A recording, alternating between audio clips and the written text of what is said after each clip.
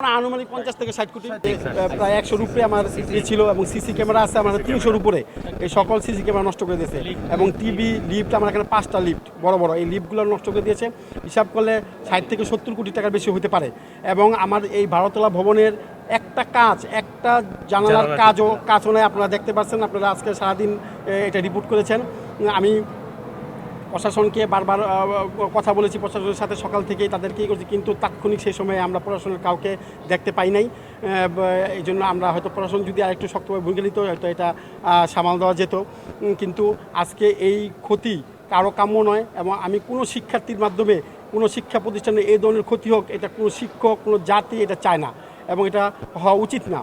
আমরা দেখতেছি প্রতিটি কলেজে এই ধরনের ঘটনা ঘটতেছে, প্রতিনিয়ত একটি কলেজের সাথে একটি কলেজের সাথে একটি কলেজের ঘটনা ঘটতেছে, মারামারি পালাপালি। এবং এই একটা গ্রুপ খুলেছে ইউসিবি নামে একটা গ্রুপ, এই গ্রুপের মাধ্যমে ছাত্ররা বেশি হয়ে যাচ্ছে, উত্তেজিত এবং বিশৃঙ্খলা সৃষ্টি করতেছে। সরকারের প্রতি আমার বিনীত অনুরোধ থাকবে, এই শিক্ষার্থীদের কলেজমুখী করার জন্য, বিশ্ববিদ্যালয়মুখী করার জন্য যে ধরনের পদক্ষেপ নেওয়া দরকার সরকারের দ্রুত এই সিদ্ধান্ত নিতে হবে।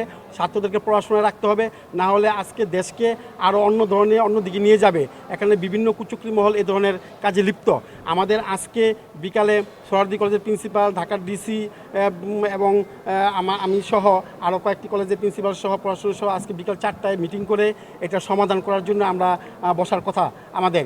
কিন্তু আমরা নোটিশ দেওয়ার পরেও এবং সোহরাওয়ার্দী কলেজ থেকে নোটিশ দেওয়ার পরও ছাত্ররা সেটাকে উপেক্ষা করে তারা আজকে এই আতর্কিত হামলা চালায় এবং বিরাট ধ্বংসযজ্ঞ চালায়। এবং আমার যে শিক্ষার্থী আছে, অনেক শিক্ষার্থী আহত হয়েছে। আমরা এখন আমাদের গণনা আমরা করতে পারি নাই, প্রায় 100-র উপরে শিক্ষার্থী আহত হয়েছে। এবং আমরা কিন্তু আমাদের শিক্ষকরা কিন্তু সোহরাওয়ার্দী কলেজের শিক্ষার্থীদের সেভ করেছে। আমাদের অনেক শিক্ষক আহত হয়েছে, তাদের শরীরে এখনও দেখেন রক্তের দাগ রয়েছে।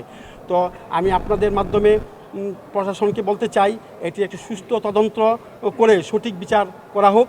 এবং বর্তমান সরকারকে আমি বিনীত অনুরোধ করব, প্রত্যেকটি শিক্ষা প্রতিষ্ঠান একটা স্বাভাবিক পর্যায়ে চলে আসুক এবং শিক্ষার্থীরা যেন লেখাপড়ায় মনোযোগ দেয়। এটা করার জন্য কী ধরনের পদক্ষেপ এই সরকারের নেওয়া উচিত সেটা দ্রুত যদি না নিতে পারে দেশ কিন্তু আরও অন্যদিকে চলে যাবে, এটা আমার মনে হচ্ছে। আমি সকলের প্রতি বিনীত অনুরোধ করব, মিডিয়া থেকে শুরু করে প্রশাসনের সকলকে, আপনারা এই বিষয়গুলো তুলে ধরবেন এবং কোনো কলেজেই যেন কোনো শিক্ষার্থী কলেজের উপর আক্রমণ না করে। এটা কারো কাম্য নয়, কোনো শিক্ষকের কাম্য নয়, ছাত্ররও কাম্য নয় এবং দেশের কারো কাম্য নয়। এটা এখন আমরা বলতে পারবো না, আনুমানিক 50 থেকে 60 কোটি। আমাদের তো এই যে মিডিয়াতে দেখাইছি, আমাদের কম্পিউটার, ল্যাপটপ, টাকা, সার্টিফিকেট ছাত্রদের, তারপরে মার্কশিট, ল্যাবের জিনিসপত্র সব কিছু নিয়ে গেছে।